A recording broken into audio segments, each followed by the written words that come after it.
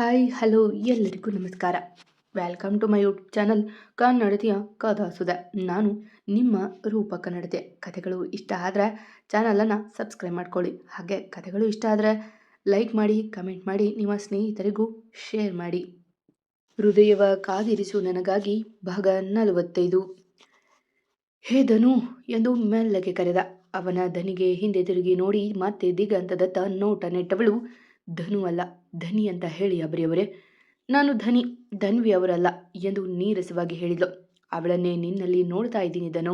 ಬೆಳಗ್ಗೆ ಅಷ್ಟೆಲ್ಲ ಹೇಳಿದ ಮೇಲೂ ಹೀಗೆ ಮಾತಾಡ್ತಾ ಇದೀಯ ನೋಡು ನೀನು ಎಂದು ಹೇಳಿ ಅವಳ ಕೈ ಹಿಡಿದು ಧನ್ವಿ ಅವರು ಅನ್ನೋದಕ್ಕೆ ಅವಳು ಬೇರೆ ಅಲ್ಲ, ನಿನ್ನ ಅಕ್ಕನೋ ತಂಗಿನೋ, ಒಟ್ಟಾರೆ ನಿನ್ನ ಒಡ ಹುಟ್ಟಿದವಳು ಎಂದು ಅವಳ ತಲೆ ಹಿಡಿದು ತನ್ನೆದೆಗೆ ಒರಗಿಸಿಕೊಂಡು, ಧನ್ವಿನ ಎಷ್ಟು ಪ್ರೀತಿ ಮಾಡುತ್ತಿದ್ದೆ ಅಂತ ಮಾತಿನಲ್ಲಿ ಹೇಳೋದಿಕ್ ಆಗೋದಿಲ್ಲ.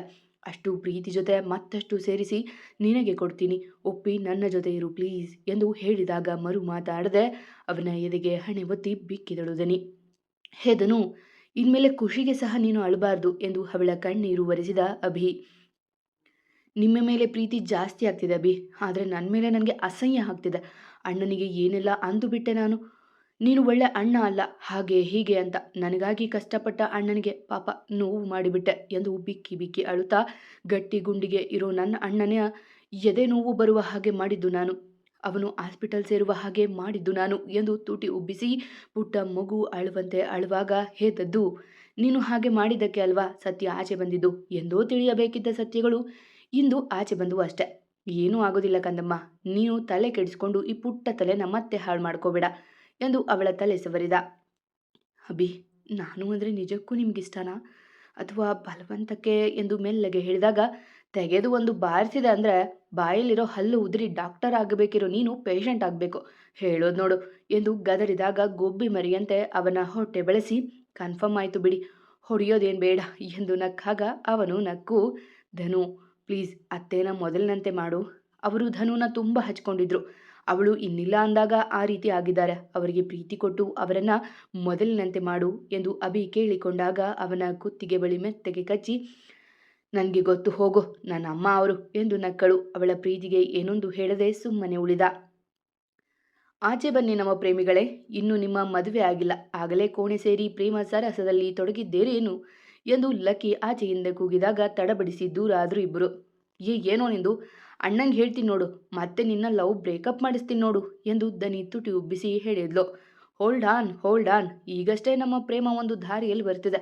ನಮ್ಮವರು ತೀರಾ ಮೃದು ಭಾಷಿ ಮತ್ತು ಮಿತ ಭಾಷಿ, ನಿಮ್ಮ ಥರ ವಟವಟ ಅಲ್ಲ, ಮತ್ತು ಅವರು ಕೋಪ ಮಾಡಿಕೊಂಡ್ರೆ ಕಷ್ಟ ಎಂದು ನಾಟಕೀಯವಾಗಿ ಹೇಳಿ, ನಮ್ಮ ಅಮ್ಮ ಅವರು ನಿಮಗಾಗಿ ಬಿಸಿ ಬಿಸಿ ಬಜ್ಜಿ ಮಾಡಿದ್ದಾರೆ, ದಯಮಾಡಿ ಬಂದು ಸ್ವೀಕಾರ ಮಾಡಿ, ನಂತರ ನಿಮ್ಮ ಲವ್ ಮೇಕಿಂಗ್ ಮುಂದುವರಿಸಿ ಎಂದು ಹೇಳಿ ಮೆಲ್ಲಗೆ ದನಿ ಕಿವಿಯಲ್ಲಿ ಬಾಗಿ, ಪಾಪ ಕಣೆನ ಭಾವ, ಅವರ ರಕ್ತ ಹೀರಬೇಡ ರಾಕ್ಷಸಿ ಎಂದು ಹೇಳಿದಾಗ ಒಮ್ಮೆ ಅಭಿಯ ನೋಡಿದ್ಲು.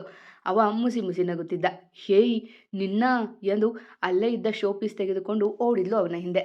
ಅಯ್ಯೋ ರಾಕ್ಷಸಿ ನಿಲ್ಲೆ, ನಾನು ಹೇಳಿದ್ದು ನಿಜ ತಾನೆ ಎಂದು ಲಕ್ಕಿ ಓಡುತ್ತಿದ್ರೆ, ನಿಲ್ಲೋ ಅಲ್ಲೇ, ನನ್ನೇ ರಾಕ್ಷಸಿ ಅಂತಿದೀಯಾ ಎಂದು ಅವನನ್ನು ಅಟ್ಟಾಡಿಸಿದ್ಲು ದನಿ.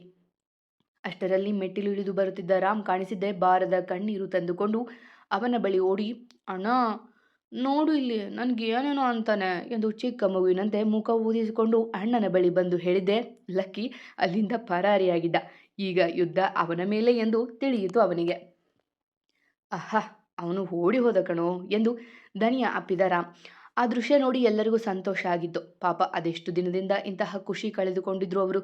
ಅಷ್ಟರಲ್ಲಿ ಮೆಲ್ಲಗೆ ಮೆಟ್ಟಿಲು ಇಳಿದು ಬಂದ್ಲು ಜಾನು. ಧನಿ ಕುಳಿತಿದ್ದ ಕಡೆಗೆ ಬಂದು ಅವಳ ಕೈ ಹಿಡಿದು, ಧನಿ ಬಾ ನನ್ನ ಜೊತೆ ಎಂದು ಗಂಭೀರವಾಗಿ ಕರೆದಳು ಜಾನು. ಅವಳ ದನಿ ಕೇಳಿ ತಲೆ ಎತ್ತಿ ನೋಡಿದ ರಾಮ್ಗೆ ಕೋಪ ಬಂದಿತ್ತು. ಜಾನು, ನೀನು ಹೇಗೆ ಬಂದೆ, ನಿನಗೆ ಬೆಡ್ ರೆಸ್ಟ್ ಮಾಡು ಅಂತ ಹೇಳಿಲ್ವ ನಾನು ಎಂದು ರಾಮ್ ಗದರುತ್ತಾ ಸೋಫಾದಿಂದ ಮೇಲೆ ಎದ್ದ ಕೋಪದಿಂದ.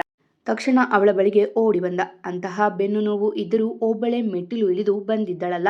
ರಾಮ್ ಅಲ್ಲೇ ಇರಿ ಎಂದು ಅವನನ್ನು ಅಲ್ಲೇ ತಡೆದಳು. ಏನು ಮಾಡುತ್ತಿದ್ದಾಳೆ ಎಂದು ಎಲ್ಲ ಸುಮ್ಮನೆ ನೋಡುತ್ತಿದ್ರೆ, ಒಂದು ನಿಮಿಷ ನಾನು ಹೇಳೋದು ಕೇಳಿ, ಆಮೇಲೆ ಬೈಯುವಂತ್ರಿ.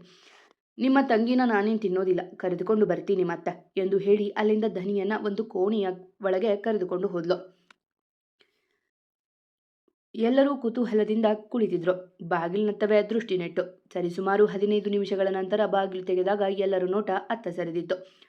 ಆಚೆ ಬಂದ ಧನಿ ನೋಡಿ ಅಚ್ಚರಿಯಿಂದ ಎದ್ದು ನಿಂತರು ಎಲ್ಲ. ಯಾಕೆಂದರೆ ಧನ್ವಿಯ ಸೀರೆ, ಒಡವೆ, ಕೆಲವು ವಸ್ತು ಹಾಕಿಕೊಂಡು ಧನು ಕಂಡಂತೆಯೇ ಕಂಗೊಳಿಸುತ್ತಿದ್ಲು ಧನಿ. ತಕ್ಷಣ ನೋಡಿದವರ ಕಣ್ಣುಗಳು ಸಹ ಮೋಸ ಮಾಡುವಷ್ಟು ತದ್ರೂಪ ಅವರದ್ದು. ಏಂಜಲ್ ಎಂದು ರಾಮ್ ಓಡಿ ಬಂದರೆ ಅಭಿ ಮಾತನ್ನೇ ಮರೆತು ನಿಂತು ಬಿಟ್ಟಿದ್ದ. ನೋಡಿ ರಾಮ್, ಹೇಗೆ ಕಾಣ್ತಿದ್ದಾಳೆ ನಿಮ್ಮ ಧನಿ? ಸೇಮ್ ಹಾಗೆ ರೆಡಿ ಮಾಡಿದ್ದೀನಿ ಅಲ್ವಾ ಎಂದು ಕೇಳಿದಾಗ ಮೊದಲು ಜಾನುವನ್ನು ತಬ್ಬಿ, ಥ್ಯಾಂಕ್ ಯು ಜಾನು, ಮತ್ತೊಮ್ಮೆ ನಾನು ಏಂಜಲ್ ರೂಪ ನೋಡೋದಕ್ಕೆ ಅವಕಾಶ ಕೊಟ್ಟೆ ಎಂದು ಹೇಳಿ ಅವಳ ಹಣೆಗೆ ಮುತ್ತಿಟ್ಟು ಹಾಗೆ ನಿಂತಿದ್ದ ಧನಿಯ ತಬ್ಬಿ, ಎಷ್ಟು ಮುದ್ದಾಗಿ ಕಾಣ್ತಿದೆಯಾ ಪ್ರಿನ್ಸಸ್, ತುಂಬ ಚೆನ್ನಾಗಿದೆ. ನೀನು ಹೀಗೆ ರೆಡಿಯಾಗಿ ಬಂದರೆ ಹೇಗಿರ್ತೀಯ ಅಂತ ತುಂಬ ಸಾರಿ ಅಂದ್ಕೊಂಡಿದ್ದೆ, ಆದರೆ ಹೇಳೋದಕ್ಕೆ ಬಾಯಿ ಇರಲಿಲ್ಲ. ಅದಕ್ಕೆ ಕೇವಲ ಸೀರೆ ಕೊಟ್ಟು ಓಡೋದಕ್ಕೆ ಹೇಳ್ತಿದ್ದೆ. ಆದರೆ ಇವತ್ತು ನನ್ನ ಆಸೆ ಎಲ್ಲ ಈಡೇರಿತು. ಅವಳದೇ ಬಟ್ಟೆ, ಅವಳದೇ ರೀತಿ, ಅವಳದೇ ಸ್ಮೈಲ್.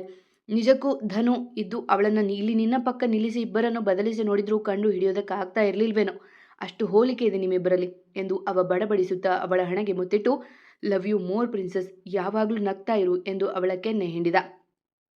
ಆದರೆ ಅಭಿ ಮಾತ್ರ ಸುಮ್ಮನೆ ನಿಂತಿದ್ದ. ಮೆಲ್ಲಗೆ ಅವನ ಬಳಿ ಬಂದು ನಿಂತು, ಹೇಗೆ ಕಾಣ್ತಾ ಇದ್ದೀನಿ ಅಂತ ಹೇಳಲೇ ಇಲ್ವಲ್ಲ ದವಿ, ಹೇಳಿ ಹೇಗೆ ಕಾಣ್ತಾ ಇದ್ದೀನಿ ಎಂದು ತಲೆ ತಗ್ಗಿಸಿ ನಾಚುತ್ತಾ.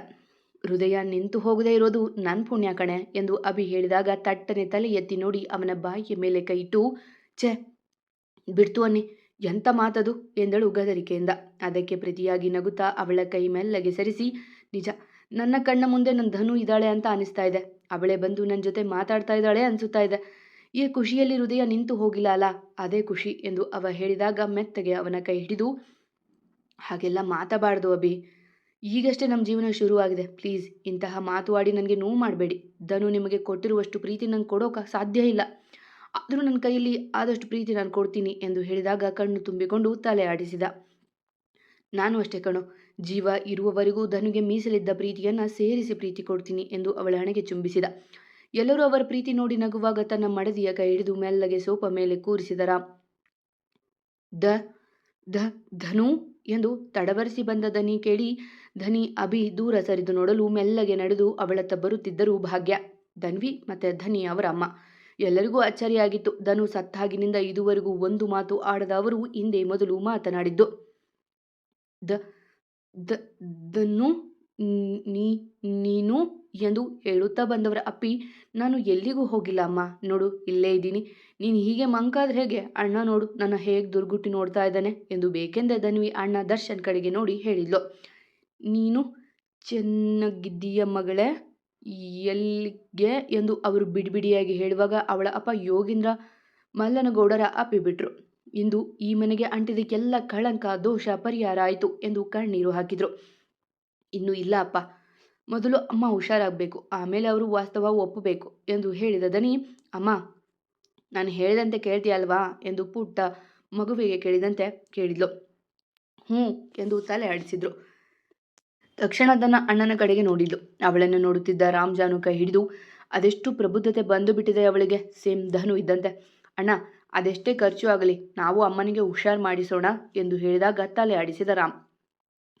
ಎಲ್ಲ ಸರಿಯಾಯಿತು ಅಬ್ಬಾ, ನೆಮ್ಮದಿಯಿಂದ ಉಸಿರು ಬಿಡಬಹುದು ಎಂದು ಸದಾನಂದ್ ತಾತ ಸೋಫಾ ಮೇಲೆ ಕೂರಲು, ಅದೇಗಾಗುತ್ತೆ ತಾತ, ನಿಮ್ಮ ಮೊಮ್ಮಕ್ಕಳು ಬರಬೇಕು, ತಾತ ತಾತ ಅಂತ ನಿಮ್ಮ ಬೆನ್ನು ಹತ್ತಬೇಕು, ಅವರಿಗೆ ನೀವು ಕತೆ ಹೇಳಬೇಕು, ಅದಕ್ಕಿಂತ ಹೆಚ್ಚಿನದು ನೀವಿನ್ನೂ ಈ ತರಲೆ ಮೈದಾ ಮತ್ತು ಧನಿ ಮದುವೆ ನೋಡಬೇಕು ಎಂದು ಲಕ್ಕಿಯ ಕಿವಿ ಹಿಂಡಿದ್ಲು ಜಾನು.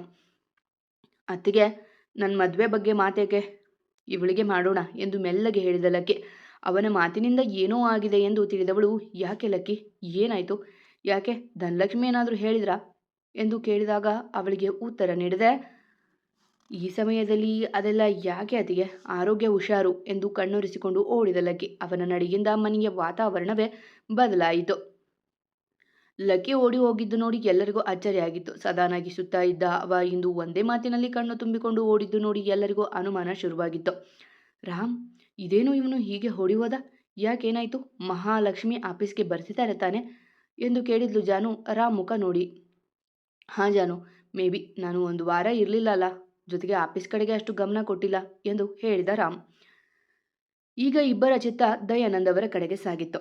ತಕ್ಷಣ ಎದ್ದು ನಿಂತ ದಯಾನಂದ್ ಅವರು, ಹಾಂ, ಮಹಾಲಕ್ಷ್ಮಿ ಒಂದು ವಾರದಿಂದ ಆಫೀಸ್ಗೆ ಬಂದಿಲ್ಲ, ಫೋನ್ ಮಾಡಿದ್ರು ಪಿಕ್ ಮಾಡ್ತಾ ಇಲ್ಲ, ಮೊನ್ನೆ ಅಷ್ಟೇ ಅವಳನ್ನು ನೋಡೋದಕ್ಕೆ ಹೋಗಿದ್ದ, ಅಷ್ಟರಲ್ಲಿ ಏನೇನೋ ಆಯಿತು, ನಾನು ಏನು ಅಂತ ಕೇಳಲೇ ಇಲ್ಲ ಎಂದು ದಯಾನಂದ್ ಅವರು ಹೇಳಿದಾಗ ಎಲ್ಲರೂ ನಿಟ್ಟುಸಿರು ಬಿಟ್ಟರು. ಓಕೆ ಡ್ಯಾಡ್, ಏನಾಯಿತು ಅಂತ ನಾನು ವಿಚಾರಿಸ್ತೀನಿ ಎಂದು ಮೇಲೆದ್ದವ ನಿನಗೆ ಬುದ್ಧಿ ಇಲ್ಲ ನೋಡು, ರೆಸ್ಟ್ ಮಾಡು ಅಂದರೆ ಕೂತ್ಕೊಂಡಿದೀಯಾ ಎಂದು ಮಡದಿಗೆ ಬೈದು ಅವಳನ್ನು ಎತ್ತಿಕೊಂಡವ ಇನ್ನೊಮ್ಮೆ ನನ್ನ ಪರ್ಮಿಷನ್ ಇಲ್ಲದೆ ಕೆಳಗೆ ಬಂದರೆ ಕಾಲು ಮುರಿದು ಕೈಗೆ ಕೊಟ್ಟು ಬಿಡ್ತೀನಿ, ಆಮೇಲೆ ನನ್ನ ಹೆಲ್ಪ್ ಇಲ್ಲದೆ ಕೆಳಗೆ ಬರೋಕ್ಕಾಗೋದಿಲ್ಲ ಎಂದು ಬೈಯುತ್ತಾ ಮೇಲೆ ಕರೆದುಕೊಂಡು ನಡೆದ. ನನ್ನೊಬ್ಬಳಿಗೆ ಬೇಜಾರಾಗುತ್ತೆ ರಾಮ್, ಅಲ್ಲಿ ಕುಳಿತು ಕುಳಿತು ಬೋರ್ ಆಗುತ್ತೆ. ನನ್ನ ಮೇಲೆ ದಬ್ಬಾಳಿಕೆ ಮಾಡೋದಕ್ಕೆ ಬಂದರೆ ನಾನು ಅಣ್ಣನ ಬಳಿ ಕಂಪ್ಲೇಂಟ್ ಮಾಡ್ತೀನಿ ನೋಡಿ ಎಂದು ತುಟಿ ಉಬ್ಬಿಸಿ ಹೇಳಿದಾಗ, ಒಬ್ಬಳಿಗೆ ಬೋರ್ ಆದರೆ ನಿನ್ನ ಅಣ್ಣನ ಕಾಲು ಸಹ ಮುರಿದು ಕೂರಿಸ್ತೀನಿ ನಿನ್ನ ಜೊತೆ ಎಂದು ಹೇಳಿ ಅವಳನ್ನು ರೂಮ್ ಒಳಗೆ ಕರೆದುಕೊಂಡು ಹೋದಾಗ ಉಳಿದವರೆಲ್ಲ ನಕ್ಕರು ಅವನ ಪ್ರೀತಿಗೆ. ಒಳ್ಳೆ ಹುಡುಗ, ಪೆದ್ದು ಹುಡುಗಿ ಎಂದು ನಕ್ಕರು ಅಜ್ಜಿ. ಅಂತೂ ಎಲ್ಲ ಸಮಸ್ಯೆ ಮುಗಿಯಿತು, ಒಳ್ಳೆಯದೇ ಆಗಿತ್ತು. ಜಾನು, ನೀ ಸುಮ್ಮನೆ ಮಲಗು ಆಯ್ತಾ, ವಾಶ್ರೂಮ್ ಹೋಗಬೇಕಿದ್ರೆ ಮಾತ್ರ ಕೆಳಗೆ ಇಳಿಬೇಕು, ಅದು ಸಹ ನನ್ನ ಪರ್ಮಿಷನ್ ಕೇಳಿ, ಇಲ್ಲಾಂದರೆ ನೋಡು ಯಾವ ಥರ ಶಿಕ್ಷೆ ಕೊಡ್ತೀನಿ ಎಂದು ಹೇಳಿದಾಗ ಪುಟ್ಟ ಮಗುವಿನಂತೆ ಮುಖ ಊದಿಸಿಕೊಂಡು, ಏನು ಶಿಕ್ಷೆ ಕೊಡ್ತೀರಾ? ನಾನು ಪ್ರೆಗ್ನೆಂಟ್ ಆದಾಗಿನಿಂದ ನೋಡ್ತಾ ಇದ್ದೀನಿ, ನನ್ನ ಮೇಲೆ ಪ್ರೀತಿ ಕಡಿಮೆ ಆಗಿ ಎಲ್ಲ ಪ್ರೀತಿ ಪಾಪುಗಳಿಗೆ ಕೊಡ್ತಾ ಇದ್ದೀರಾ. ಏನು ಹೇಳಿದ್ರು ಪಾಪುಗಳಿಗೆ ಅದಾಗುತ್ತೆ ಇದಾಗುತ್ತೆ ಅಂತೀರ. ನನ್ನ ಬಗ್ಗೆ ಕಾಳಜಿ ಕಡಿಮೆ ಆಗಿದೆ ನಿಮಗೆ ಎಂದು ತುಟಿ ಉಬ್ಬಿಸಿ ದೂರು ಹೇಳಿದಾಗ ಅವಳ ಪಕ್ಕ ಕುಳಿತು, ಹೌದಾ, ನಿನಗೆ ಹಾಗನ್ಸುತ್ತಾ ಎಂದು ಅವಳ ಕೈ ಹಿಡಿದು, ನಿಜ ಹೇಳಬೇಕು ಅಂದರೆ ಮೊದಲನೇ ಥರ ನಿನ್ನ ಮೇಲೆ ಪ್ರೀತಿ ಇಲ್ಲ, ಅದು ನಿಜವೇ ಎಂದು ಹೇಳಿದಾಗ ತಡ ಇಲ್ಲದೆ ಅವಳ ಕಣ್ಣುಗಳು ತುಂಬಿ ಬಂದವು. ಹೇ ದದ್ದು, ಹೇಳೋದನ್ನು ಪೂರ್ತಿಯಾಗಿ ಕೇಳಿ ಆಮೇಲೆ ಕಣ್ಣೀರು ಹಾಕುವಂತೆ ಎಂದು ಅವಳ ಕಣ್ಣುರೆಸಿ, ದಡ್ಡಿ ಕಣೆ ಜಾನು ನೀನು ಎಂದು ಅವಳ ಹಣೆಗೆ ಹೂ ಮುತ್ತು ಕೊಟ್ಟು, ಮೊದಲನ ಹಾಗೆ ಪ್ರೀತಿ ಇಲ್ಲ, ಆದರೆ ದುಪ್ಪಟ್ಟು ಅಲ್ಲಲ್ಲ 3 ಪಟ್ಟು ಜಾಸ್ತಿ ಆಗಿದೆ. ನೀನು ನನ್ನ ಮೊದಲ ಪಾಪು, ನೀನು ಇದ್ರೆ ಅಲ್ವಾ ಆ 2 ಪಾಪುಗಳು ಚೆನ್ನಾಗಿರೋದು ಎಂದು ಅವಳ ಒಡಲ ಮೇಲೆ ಕೈಯಿಟ್ಟು, ಈ 2 ಜೀವಗಳಿಗೆ ರೂಪ ಮೂಡುವ ತನಕ, ಹೃದಯ ಬಡಿಯೋಕೆ ಶುರುವಾಗುವ ತನಕ, ಭೂಮಿಯ ಬೆಳಕು ನೋಡುವ ತನಕ ನೀನೇ ಅಲ್ವಾ ಅವುಗಳ ಆಸರೆ. ನೀನು ಕೆಮ್ಮಿದರೂ ಅತ್ತರೂ ನಕ್ಕರೂ ಎಲ್ಲವೂ ಅವರ ಮೇಲೆ ಪ್ರಭಾವ ಬೀರುತ್ತೆ ಅಲ್ವಾ. ಅದಕ್ಕೆ ಹೇಳಿದ್ದು ನಿನ್ನ ನೀನು ಕಾಳಜಿ ಮಾಡೋದಷ್ಟೇ ಅಲ್ಲ, 3ರಷ್ಟು ಕಾಳಜಿ ಮಾಡಬೇಕು ಅಂತ ಎಂದು ಅವಳ ಒಡಲ ಮೇಲೆ ಮುತ್ತು ಕೊಟ್ಟು, ಈಗ ಅರ್ಥ ಆಯ್ತಾ, ಇಲ್ಲಿರೋದು ಒಂದಲ್ಲ 2 ಮಕ್ಕಳು. ಒಂದು ಮಗುವಿಗೆ ಜನ್ಮ ನೀಡುವುದೇ ಮರುಜನ್ಮಕ್ಕೆ ಸಮ ಅಂದಮೇಲೆ ನೀನು 2 ಜೀವಗಳಿಗೆ ಜನ್ಮ ಕೊಡಬೇಕು ಅಂದರೆ ನೀನು ಎಷ್ಟು ಸ್ಟ್ರಾಂಗ್ ಆಗಿರಬೇಕು ಯೋಚನೆ ಮಾಡು. ಈಗೇನೋ ಮುರಿದ ಕೈ, ನೋಯುತ್ತಿರುವ ಬೆನ್ನು ಕಾಳಜಿ ಮಾಡ್ತೀಯ, ಆದರೆ ನಾಳೆ ಡೆಲಿವರಿ ಟೈಮಲ್ಲಿ ಅವೇ ನಿನ್ನ ಕಾಡೋದು. ಅದಕ್ಕೆ ಹೇಳಿದ್ದು, ಪ್ಲೀಸ್ ನಿನ್ನ ನೀನು ಕಾಳಜಿ ಮಾಡೋದಷ್ಟೇ ಅಲ್ಲ 3ರಷ್ಟು ಕಾಳಜಿ ಮಾಡಬೇಕಾಯ್ತಾ ಎಂದು ಪುಟ್ಟ ಮಕ್ಕಳಿಗೆ ಹೇಳುವಂತೆ ಹೇಳಿದ. ಹೌದಲ್ಲವರ, ಎಷ್ಟು ಚೆಂದ ಅರ್ಥ ಮಾಡಿಸಿದ್ರಿ ಎಂದು ಅವನ ಎದೆಗೂಡಲ್ಲಿ ತಲೆ ಇಟ್ಲು. ಹಾಂ, ನನಗೆ ಗೊತ್ತು ಈ ದಡ್ಡಿಯನ್ನು ಹೇಗೆ ಹ್ಯಾಂಡಲ್ ಮಾಡಬೇಕು ಅಂತ. ಪುಣ್ಯಕ್ಕೆ ಈಗಾದರೂ ಅರ್ಥ ಆಯ್ತಲ್ವಾ ನನ್ನ ಪುಣ್ಯ ಎಂದು ನಕ್ಕು ಅವಳ ತಲೆ ನಿವರಿಸಿ, ದೇವರು ಕಟ್ಟಿರೋ ವರ ಕಣೆ ನೀನು, ಲವ್ ಯು ಜಾನು ಎಂದು ಅವಳ ಕೆನ್ನೆಗೆ ಮುತ್ತು ಕೊಟ್ಟು, ಇನ್ನೊಂದು ಕೊಡಿ ಎಂದು ಕೆನ್ನೆ ಚಾಚಿದ್ಲು. ಅದಕ್ಕೂ ನಗುತ್ತಾ ಕೊಟ್ಟ. ಇನ್ನೊಂದು ಎಂದು ಮತ್ತೆ ಚಾಚಿದಾಗ ಅದಕ್ಕೂ ಮುತ್ತು ಕೊಟ್ಟ. ಇದು ನಂಗಾಯ್ತು, ಈಗ ನಿಮ್ಮ ಮಕ್ಕಳಿಗೆ ಕೊಡಿ ಎಂದು ಹೇಳಿದಾಗ ಅವಳ ಮೊಗವ ಬೊಗಸಿಯಲ್ಲಿ ಹಿಡಿದು, ನನ್ನ ಮಕ್ಕಳಿಗೆ ಹೀಗೆ ಕೊಡ್ತೀನಿ ಎಂದು ತುಟಿಗೆ ತುಟಿ ಸೇರಿಸಿಬಿಟ್ಟಿದ್ದ. ರಾಮ್ ಎಂದು ತುಸು ನಾಚಿ ಕೆಂಪಾಗಿ ಹೇಳಿದ್ಲು ಜಾನು. ಮತ್ತೆ ಬೇಕಿದ್ರೆ ಕೇಳು, ಬೇರೆ ಥರ ಕೊಡ್ತೀನಿ ಎಂದು ಅವ ಹೇಳಿದಾಗ ತಲೆ ಆಡಿಸಿ, ರಾಮ್ ನೀವು ನನ್ನಿಂದ ದೂರ ಇರಬೇಕು ಎಂದು ಹೇಳಿದಾಗ ಅವಳ ಕಿವಿ ಕಚ್ಚಿ, ಇಷ್ಟು ಸಣ್ಣ ಪುಟ್ಟ ಶೃಂಗಾರ ಮಾಡ್ಬೋದು ಕಣೆ, ನನಗೆ ಎಲ್ಲ ಗೊತ್ತು ಎಂದಾಗ ನಾಚಿ ಮುಖ ಮುಚ್ಚಿಕೊಂಡ್ಳು ಜಾನು. ಸರಿ, ಈಗ ತುಂಬ ಹೊತ್ತು ಕುಳಿತಿದ್ದೀಯಾ, ಈಗ ಮಲಗು ಎಂದು ಅವಳನ್ನು ಮಲಗಿಸಿ, ಆರಾಮಾಗಿ ಮಲಗು, ಇಲ್ಲೇ ಇರ್ತೀನಿ, 5 ನಿಮಿಷ ಬಂದೆ, ಆಮೇಲೆ ಇಲ್ಲೇ ಇರ್ತೀನಿ, ಭಯ ಪಡಬೇಡ ಎಂದು ಹೇಳಿ ನಡೆದ ತಮ್ಮನ ಕೋಣೆಗೆ. ರಾಮ್ ಬಂದಾಗ ಕಿಟಕಿಯಲ್ಲಿ ದೃಷ್ಟಿ ನೆಟ್ಟು ನಿಂತಿದ್ದವನ ಕಣ್ಣಲ್ಲಿ ತೆಳುವಾದ ನೀರಿತ್ತು. ಲಕ್ಕಿ ಎಂದು ಕರೆದಾಗ ವಾಸ್ತವಕ್ಕೆ ಬಂದು, ಅಗ್ರಜ ಎಂದು ಹೇಳಿ ತಲೆ ತಗ್ಗಿಸಿ ನಿಂತ ಲಕ್ಕಿ. ಏನು ವಿಷಯ, ಯಾಕೆ ಅಳ್ತಾ ಇದೆಯಾ ಎಂದು ರಾಮ್ ಕೇಳಿದ್ದೆ ಅವನ ತಬ್ಬಿ ಜೋರಾಗಿ ಅತ್ತು ಬಿಟ್ಟ ಲಕ್ಕಿ. ಮತ್ತೆ ಸಿಗುವ ಲಕ್ಕಿ, ಯಾಕೆ ಅಳ್ತಿರ್ಬೋದು, ಎಲ್ಲ ಸಮಸ್ಯೆ ಮುಗೀತಲ್ವಾ, ಯೋಚನೆ ಮಾಡ್ತಾ ಇರಿ. ಕತೆ ಇಷ್ಟ ಆದರೆ ಪ್ಲೀಸ್ ಕಮೆಂಟ್ ಹಾಕಿ, ಜಾಸ್ತಿ ಇಷ್ಟ ಆದರೆ ಸಬ್ಸ್ಕ್ರೈಬ್ ಮಾಡ್ಕೊಳ್ಳಿ, ನಿಮ್ಮ ಫ್ರೆಂಡ್ಸ್ಗೂ ಶೇರ್ ಮಾಡಿ, ಕತೆ ಚೆನ್ನಾಗಿದೆ ಕೇಳಿ ಅಂತ ಹೇಳಿ ಆಯಿತಾ. ಎಂದಿನಂತೆ ನಿಮ್ಮ ಪ್ರೀತಿ ಕಮೆಂಟ್ ಪ್ರೋತ್ಸಾಹದ ನಿರೀಕ್ಷೆಯಲ್ಲಿ ನಾನು ನಿಮ್ಮ ರೂಪಕ ನಡತೆ. ಪ್ರೀತಿಯಿಂದ ಕತೆ ಕೇಳುವ ಎಲ್ಲರಿಗೂ ನನ್ನ ತುಂಬ ಹೃದಯದ ನಮಸ್ಕಾರಗಳು.